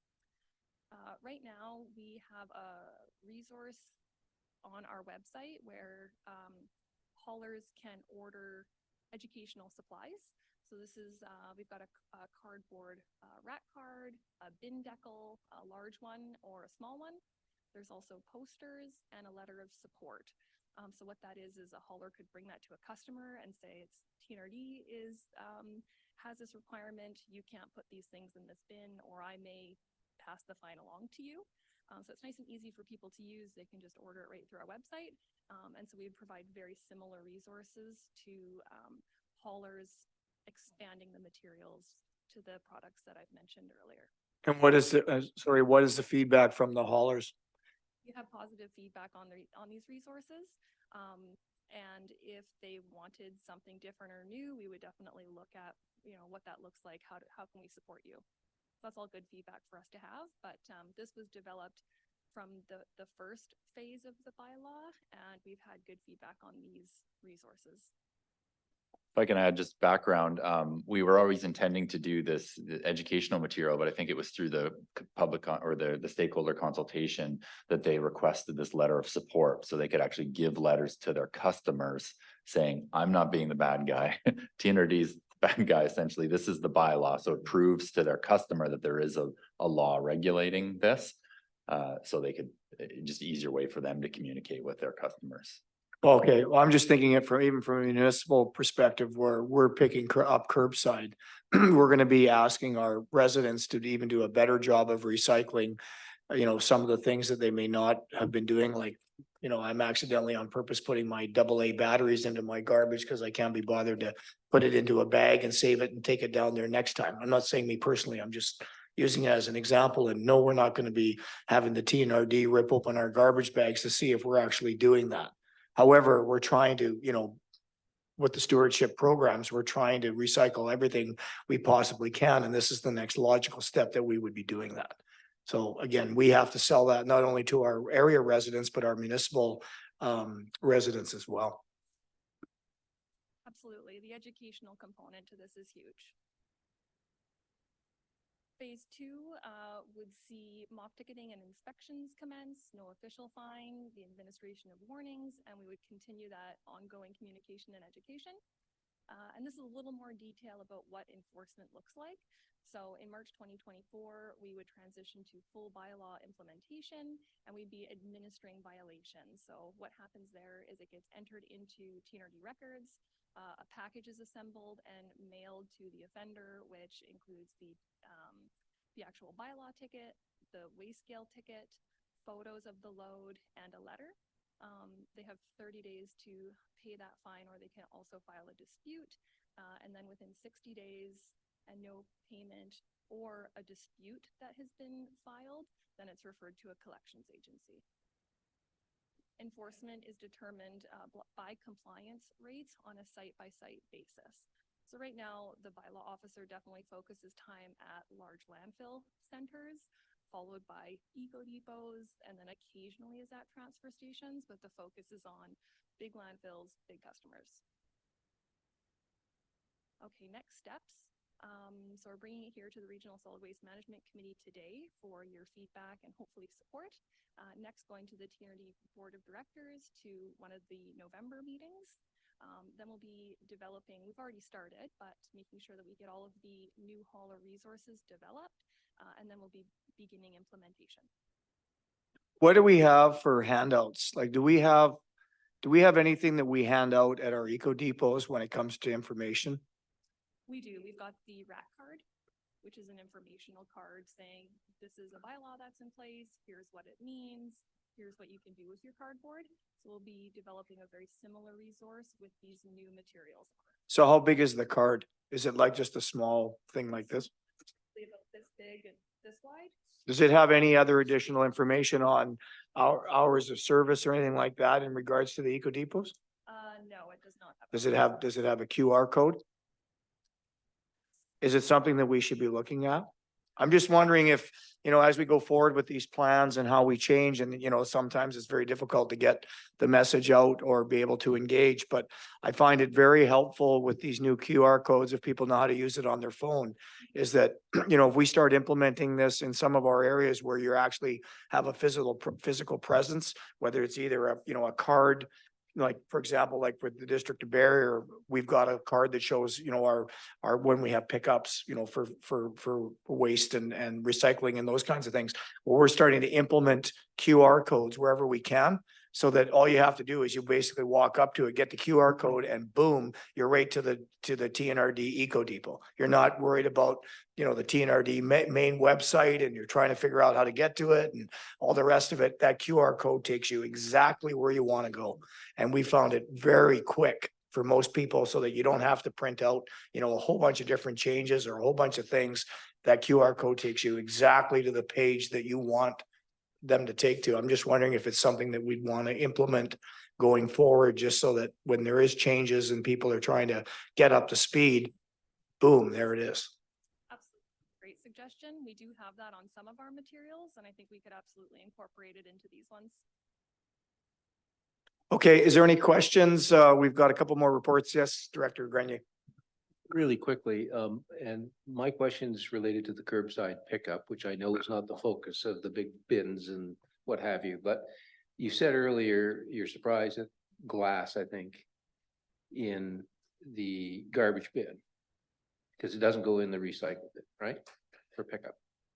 Where's your expectation for glass? My surprise was in the 30% who said, I would put this into my garbage can. Which would include things like soft plastic, flexible plastics, and glass. Okay, so I'm talking specifically about glass. What's your expectation for people with curbside pickup? What are they supposed to do with their glass?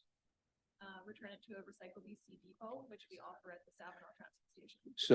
So the folks with garbage bins are not supposed to put their glass in, and then they're supposed to go to the garbage dump at some point with their glass.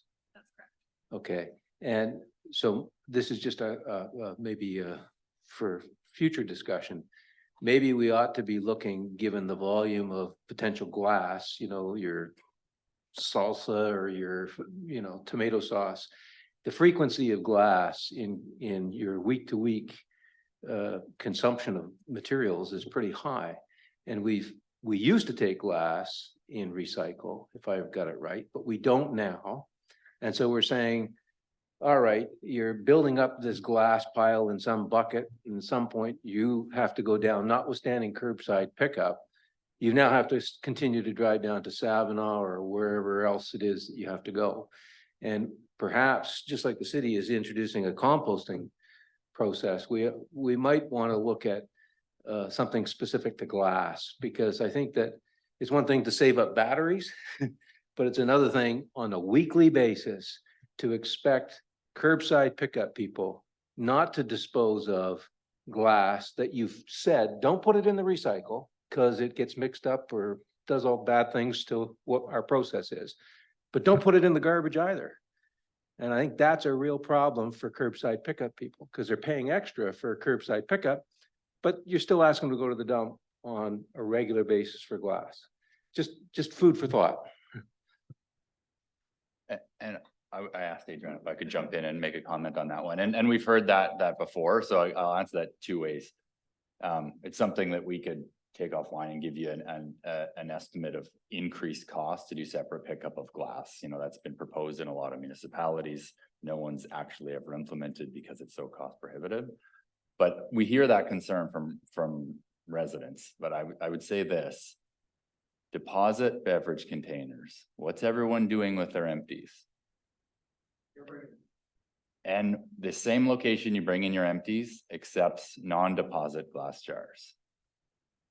So that's the answer of where can you bring it, is you ask people, what are they doing with their beer cans and wine bottles? Because I sure have more empty wine bottles than I do empty salsa jars.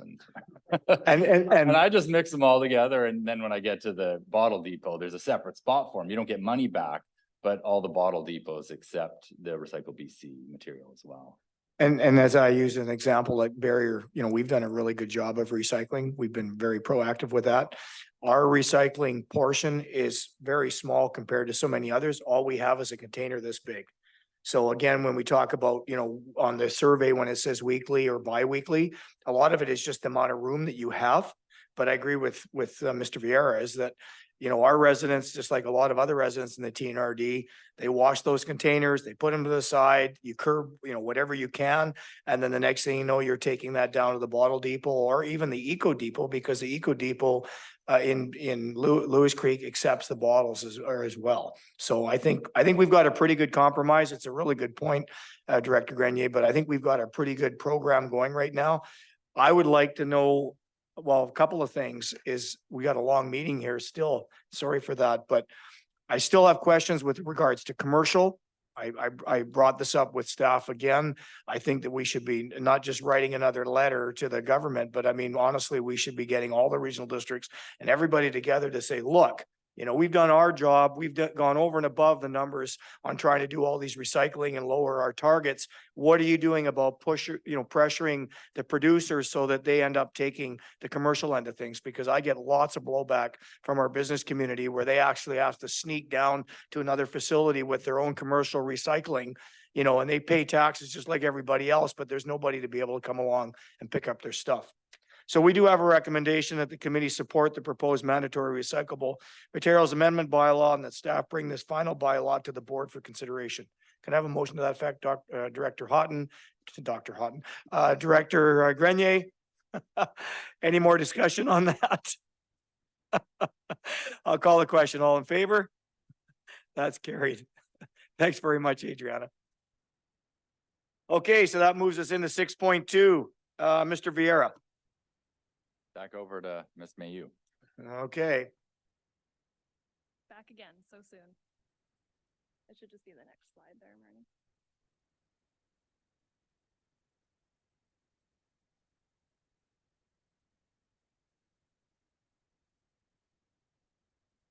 All right, so the next one, and I know, yeah, we're getting a little pinched on time, so I'll try to move through this quickly, is an amendment to the solid waste management facilities bylaw to amend tipping fees. So again, I just wanted to touch on the regulatory framework quickly. So our authority here comes from the solid waste management plan and the ability to make bylaws respecting fees and charges. Our solid waste management plan also outlines that for driving increased diversion of waste generated by construction and demolition activities, that we review tipping fee structures to ensure fees are effective at encouraging source separation of recyclable and recoverable materials. Some background here is our current solid waste facilities bylaw regulates and sets tipping fees at 27 TNRD eco depots and transfer stations. Tipping fees, 10 eco depots are weight-based, where we have weigh scales in place, and all other sites are using volume-based charges, either by bag count or load size. Tipping fees are paid by all users, and they're used to fund about 30% of the operational costs of running the solid waste network. So that includes facility staffing, hauling waste to landfill from transfer stations, processing and hauling divertible materials that are collected on site, doing site maintenance, and then doing landfill monitoring, as well as saving for post-closure costs. We entered into new operations hauling and maintenance contracts on July 1st of this year. And this is for all of the solid waste facilities. This is a 5-year contract. When this was brought forward to the board, there was an understanding that we were anticipating increased costs. We projected a 13% increase to the solid waste budget starting in 2024, which is about $1.8 million annually. In 2023, because we transitioned halfway through the year, the cost overruns, we're using reserve money to cover the additional costs, so there's no impact to taxation for 2023. However, for 2024 and beyond, we're recommending that we increase fees. There will be a recommendation on taxation in the workshop next month, and also utilizing reserve funds to reduce the tax impact for residents. We're looking at several areas to reduce costs and also increase revenue, and this tipping fee increase is one of those strategies. All electoral areas and municipalities, except for the city of Kamloops, participate in the solid waste service. So waste diversion, we know that a user-paced system encourages diversion. It's important to review it regularly to monitor its effectiveness. In 2021, we did that waste composition study, which I've touched on a few times already, which revealed a significant percentage of divertible and recyclable materials in both refuse and DRC streams. DRC is demolition, renovation, and construction waste. Shifting fees to financially benefit haulers who take time to separate out these materials changes practices and habits. We know that higher rates for mixed loads equals better diversion. And the plan recommends use of differential fees to increase diversion. We did a review of surrounding facilities. And of course, each regional district or municipality has unique operating costs that can be based on things like population density and geography. But we definitely find that tipping fees for the major waste streams are usually comparable. Part of this is helping to ensure waste stays within its region. At TNRD and other regional districts, you actually need special approval to bring in and landfill out of region waste. We reviewed fees at 7 regional districts and 2 municipalities, and the proposed fees are in line with surrounding regional district fees. We also developed these proposed rates in conjunction with the City of Kamloops to ensure equity between our facilities. So the recommended increases that are proposed include for refuse is the major stream here, but also would include noxious weeds, not the best term, but small dead animals. Unfortunately, they do come into our facilities, and commercial recycling, proposing that that rate go from $80 per metric ton to 90. And at volume-based sites would go from $10 per cubic meter to 11. So this is a small general increase. The current rate has been in place since 2015. The dollar per bag would remain the same as it currently is. So at scaled sites, if you have more than 4 bags or more than 50 kilograms of net weight, which is about 100 pounds, then we switch over to the weight-based charging. Under that, it's all per bag. And at volume sites, anything greater than 4 bags, then we switch over to load size. So at that point, we're looking at small box load, full size load with extended sides, and then trailer rates. So what does this look like in terms of revenue? This is an average of 3 years of historical information, 2021 to 2023. So refuse, our annual revenue is around 1.2 million. The additional revenue that would come in from that proposed increase is $141,000. And for the ICI or commercial recycling system, it would be an extra $4,200. For commingled demolition, renovation, and construction, as well as burn material and land clearing debris, proposing that the current rate of $160 per metric ton go up to $250 per metric ton.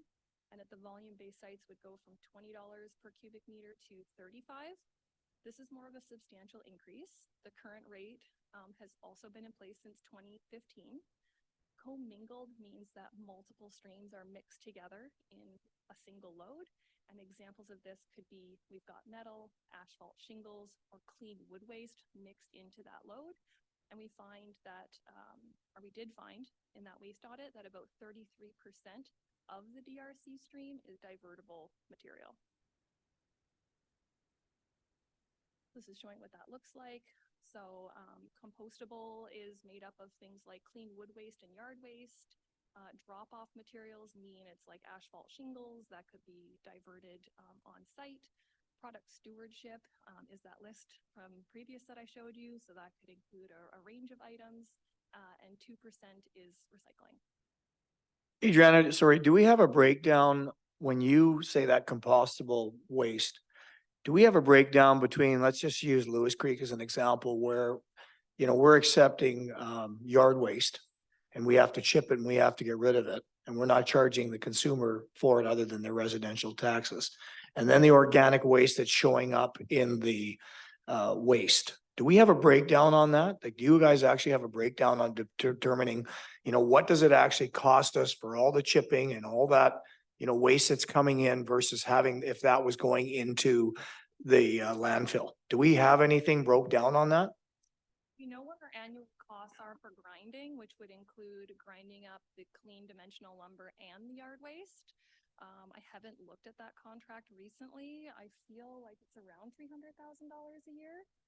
The hourly rate is $600 an hour for the grinding work. So yeah, it is fairly costly. Again, you know, that's another benefit that our residents are receiving basically under the tax. We're not charging for them for that. We're encouraging them to do that and not, you know, have fires and smoke and all the rest of that kind of stuff. So, okay, yeah, thanks for that.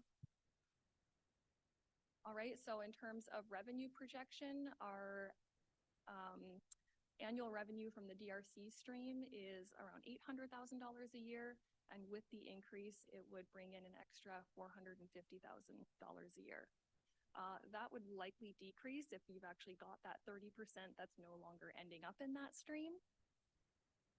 Next is concrete and asphalt. So this is currently accepted for $20 per metric ton, proposing that that be increased to $30 per metric ton, and at volume-based sites going from 20 cubic meter to 35. This is a small general increase. This is a material we stockpile for long periods of time. We will transport it to a central location and then grind it up for aggregate. In 2022, we transported and crushed all the piles, and the costs were much greater than we anticipated. So we feel that this increase helps ensure that our costs are covered for managing that material. Looking at the revenue side of things, annually, the revenue from this stream is 176,000, with the proposed increase bringing in an extra $30,000. I believe the last one is asbestos containing material, proposing that this go from 230 per metric ton to 300. Asbestos containing material is a hazardous waste. It requires specialized handling. If you want to bring it in, it needs to have a disposal application that TNRD staff review and approve prior to it arriving. Once it arrives, landfill operator staff need to have proper PPE. We bury it directly, and then it gets covered immediately at the landfill. There's some changes coming with WorkSafe BC for mandatory training and licensing for all asbestos abatement work. This is an increase in the regulatory requirements, and awareness could lead to an increase in confirmed asbestos material entering TNRD landfills. And we feel that this proposed increase will make sure that our costs are covered for that material. Annually, what does this look like? This fluctuates greatly year to year depending on what's going on out there. But if we average out the last 3 years, revenue from ACM is 25,000, almost 26. And so this would be an additional $7,800. This is a graph showing you for each of these streams what the annual revenue is. So this is showing 2021, 2022, 2023. The blue bar is the actual revenue, and then the yellow is the with the proposed increase, what that would look like. So definitely we take in a lot of refuse and a lot of DRC. The other waste types are much more minimal. And you can see that we've had quite an increase in DRC. And looking into the 2023 data, significant amount came in through Quest disposal from the TMX pipeline. So I'd expect we'll see that drop down once all of that work is complete. This is a snapshot of the research that was conducted at surrounding regional districts, including the city of Kelowna. So we've got the TNRD proposed rates along with the city of Kamloops proposed rates. They'll be bringing this forward to Kamloops Council on October 31st, I believe. So we can see there is a range here within these fees, but we feel that the proposed fees are pretty well in line with fees in other surrounding regional districts. 4 of these districts also told us that they were in the process of reviewing fees in 2023 and 2024 and would be bringing forward a recommendation for fee increases to their boards or councils. I don't know if you want me to run through those numbers or. I think we can see them. Is there any questions? I mean, the one thing that sticks out to me is we had this conversation last week, is that are we comfortable with just over a 50% increase from the 160 to 250 on the commingled? Because if you look at the what everybody else is charging, we're basically in the same boat as, you know, the city of Kamloops, Columbia Shuswap, which is right next door. And again, it's a significant increase when you look at it. But if we're confident that our asbestos numbers, which your revenue is quite low, there doesn't look like there's a lot of asbestos related refuge that we have to deal with, according to your numbers. Is the committee comfortable with that? Because again, it sounds like a lot, but again, if we could encourage those users to reduce the portion that is recyclable in those loads, that will significantly decrease the amount that they would have to pay. So if we can, I mean, on one hand, politically, it sounds, you know, like we're really hitting them with a hammer, but on the other hand, they're still putting 30% in there that could be recyclable. If they did, then that increase is not going to be 50 or 60%. It would be way more manageable. So what does the committee think on that? Because that's really the only thing that stuck out to me. I mean, like that $1 a bag, and then the line is 50 kilograms. I think that's something that we want to educate the people and say, hey, you guys are doing a great job of recycling. We're not going to increase the bag of garbage coming in. However, if you start loading it up, then you're going to be paying more for it. I think that's a really good approach that we've got going for us. But is there any comments on that, Director Sarai? Yeah, thank you, Chair. I totally agree on that. I think the money well spent here would be on the education piece. whether like City of Kamloops, when we send out our utility bills quarterly, the water bill, if we put a little insert in there just to give them a heads up that this is something they can look at and they can put whether it's a magnet on the fridge or something of reminders. And sooner or later, it's just a creature of habit. You do it often enough and it'll, as long as we don't start changing it every year and the confusion sets in, then it becomes when in doubt, just throw it out. And it becomes in the stream and then we're back to where we started. So I think the fees to me are appropriate. They're in the range. I think if we spent a little bit more on the education piece, we would come out a winner. Director Laird. Thank you, Mr. Chair. One of the things that we've heard is when you increase a fee and there's an ability to remove, as we say, up to 30%, the increased fee will actually make them look and see if they can't remove 30% of the volume they're hauling that could be recycled, and that would be a cheaper load. So I agree with the fee. Thanks. Director Grenier. Just thinking about the construction waste, and it might make sense to go to the Home Builders Association, advise them that they're throwing out 30% recyclable and that they could help themselves. So I agree with these fees, but I think we should focus, particularly since it's construction waste, maybe reach out to these folks and do that kind of engagement with them. Good stuff. Anything more, Adriana? That concludes the presentations. There's 2 more reports, but they don't have a presentation. All right, so there is a recommendation that this committee support the proposed amendment to the solid waste management facilities bylaw and ask staff to bring the final bylaw to the board for consideration. Director Sarai, Director Grenier, any more discussion on said recommendation? Director Grenier? We are, when as soon as we pull a pin there, big fella. All right, all in favor? Contrary, that's carried. Thanks very much. Okay, so we still have 2 more for information, Mr. Vieira. Yeah, those are just there for information. One of the reports was coming out of discussion and questions that I think Director Grenier initiated at the last meeting, but we knew this meeting would go long, so we were considering postponing it. We just thought we'd give you the information. If you have questions, I mean, we could take them now, but also you could follow up with us directly and go from there. Okay, that sounds great. We can certainly do that. And I know that we can move to new business as we've gone over just a few minutes. So Director Grenier. Thank you, Chair. Just get my notes up. So this question is regarding our favorite subject, the garbage pickup problems in Cherry Creek. And I know it sounds like Groundhog Day, but as I understand the history of the truck, we owned it, we fixed it, then we gave it away as part of the contract to keep the local contractor employed. Then that contract was, I guess, transferred or sold elsewhere. And we're having truck pickup problems and additional costs. And I guess the question is that right? And shouldn't we be getting a brand new truck? If we had a truck and fixed it up and gave it to the contractor as part of the contract, shouldn't we have a reliable truck? Because we seem to be having a consistent problem picking up loads, and that was manifest last week where the pickup in Cherry Creek was deferred because of obviously a truck problem. They fixed that and they picked up the garbage, but my point is, shouldn't we have an operating truck, brand new operating truck, given all the truck stuff we did?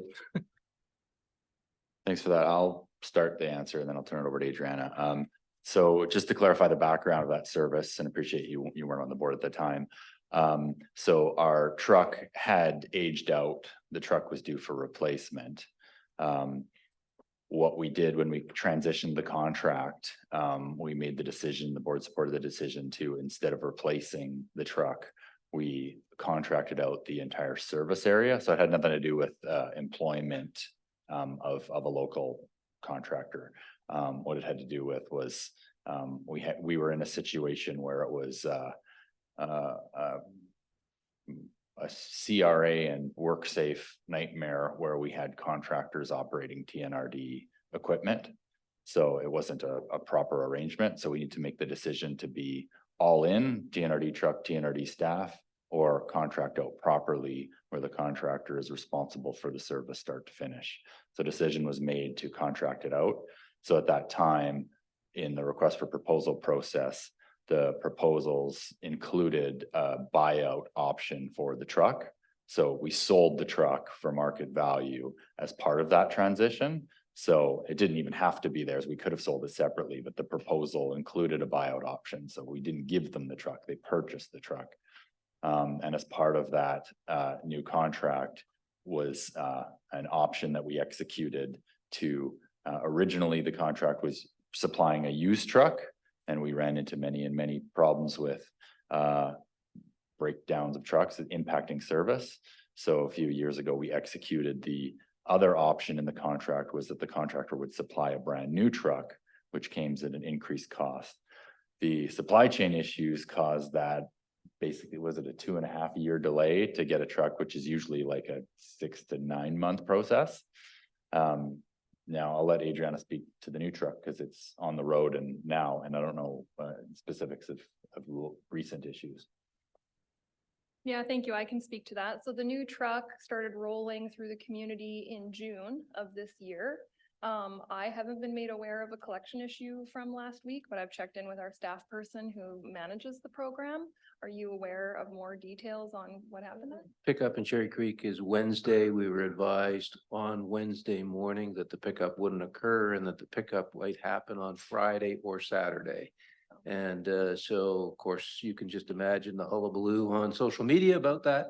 Yeah. But at the end of the day, stuff breaks. Yeah. The angst about all of this is, didn't we pay to fix a truck? And when we went to the new contract arrangement, didn't we get a new truck? And how is it that a new truck can be breaking down? That's the gist of the social media stuff. And it would be great if we could put some feedback in there about, because it's the first I've heard, we have a new truck operating in June. And I guess everybody would say, well, why is a new truck breaking down on Wednesday? Yeah, I can look into that and get the details over to you. Awesome. Well, sorry for running over, but we had some. Director Houghton, you got something? 3 things. Adriana, I sent you some stuff from Beef and BC magazine regarding clean farm and recycling of agricultural plastics. I'd like to see us look down that road since all our EAs have an agricultural component, and I think we all know what happens with that stuff. It either gets burnt or buried. I don't think either solution is the right way if we can find a destination for this stuff to go. And also our pesticide and herbicide containers. In that same magazine, I sent you that plastic stuff on. There was Clean Farm had an ad on where to take your pesticide and herbicide containers, and Purity Feed used to take them. And there was only 2 spots in all of British Columbia to take them. One was on the island, one was in Langley. So if we could make an arrangement with whoever it is out there that we can recycle these, because I know a lot of them probably end up in one of our commercial bins somewhere or burnt. And then I've asked Jamie a few times if we could get a pallet recycling spot at the Knutsford transfer station. I still see a few pallets going in the bins. Thank you. We have expressed interest to Clean Farms and participating in the pilot program. Sorry, this podium's in a weird spot. And at this time, they haven't been expanding the program for the collection of silage wrap and agricultural plastic, but we've expressed interest in participating once they're ready to do that. And for the herbicide and pesticide containers, we can accept those at Heffley Creek and Lower Nicola under the Clean Farms program. Yeah. Boston Flats is also accepting. Thank you, Andrew. Good stuff out there in TV land. Okay, so looks like we're at the end of it. I'm going to do it the old fashioned way. Motion to adjourn. Directors Sarai and Oslo on favor. We stand adjourned. Thank you very much.